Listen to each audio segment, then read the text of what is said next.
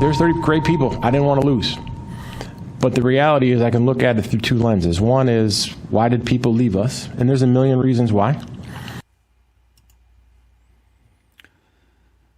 30 teachers left. Million reasons why.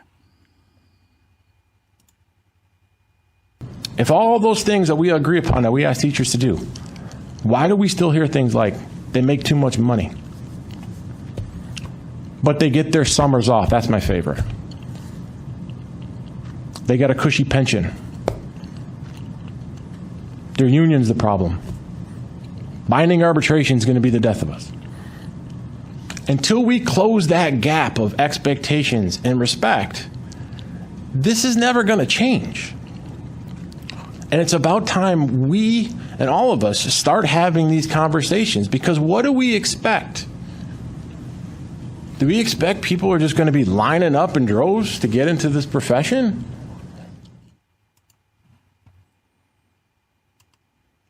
I don't hear any of that. What I hear is, why would anybody want to do that job when the starting pay is so low and the cost of the degree is so high? I hear, if you have a conservative social or political view, then you're going to have a hard time finding a job and keeping a job in the school system. Those are the things I hear.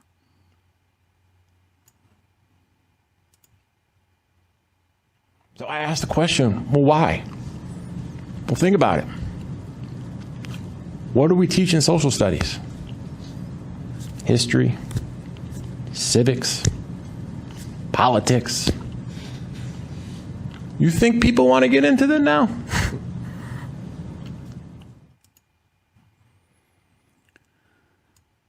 I get it. You're blaming somebody else. Again. You're blaming the public. It's not your fault. It's their fault. You're pushing the us versus them mentality onto the teachers. You keep telling the teachers that you're all victims. I know, I get it. It's not your fault. You're the victim after all.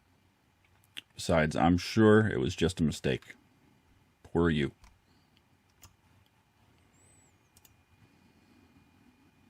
You're going to hear about all the usual stuff. Ask somebody today what they're afraid of. Because I did. The people who were leaving, I asked them, why are you going? And the most common answer that I got back was, I don't want to be next. And so what do you mean you don't want to be next? So I didn't get into this to go viral. I didn't get into this to get my name on the 11 o'clock news because I screwed up something by accident. I didn't get into this so that people can call me names or question my character. I didn't get into this for that. I don't want to be next. It's real, and I don't blame them.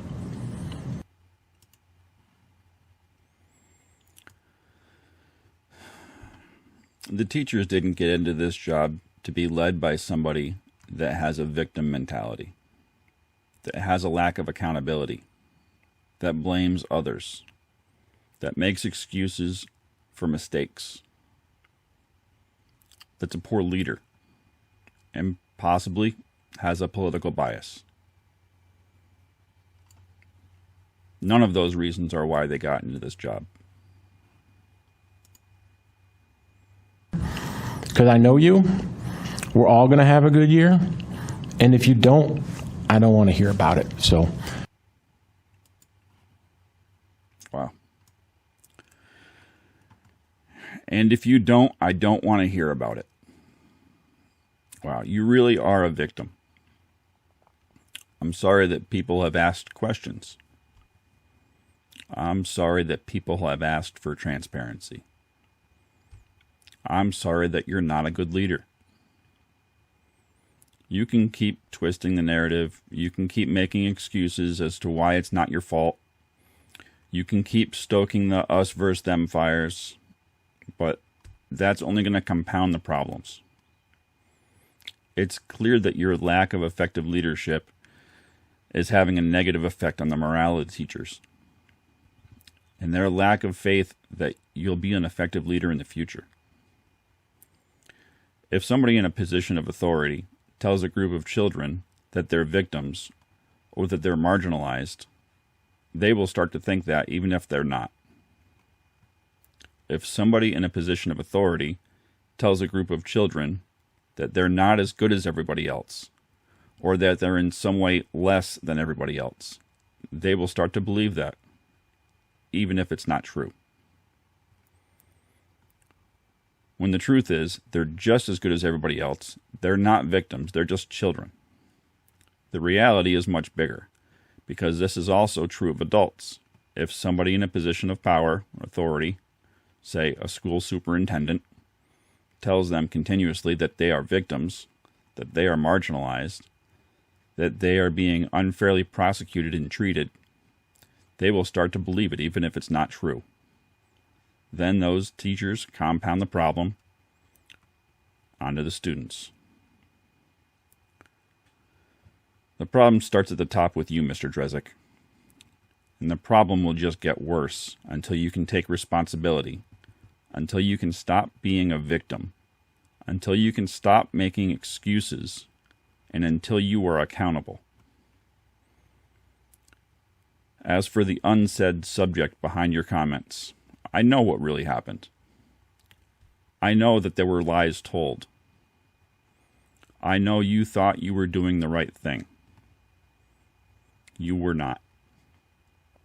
You should come clean. Be transparent. Be accountable. Stop making excuses. Stop being a victim. And start being a leader.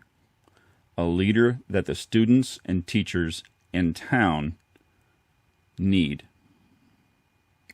Or move on and let somebody else do it.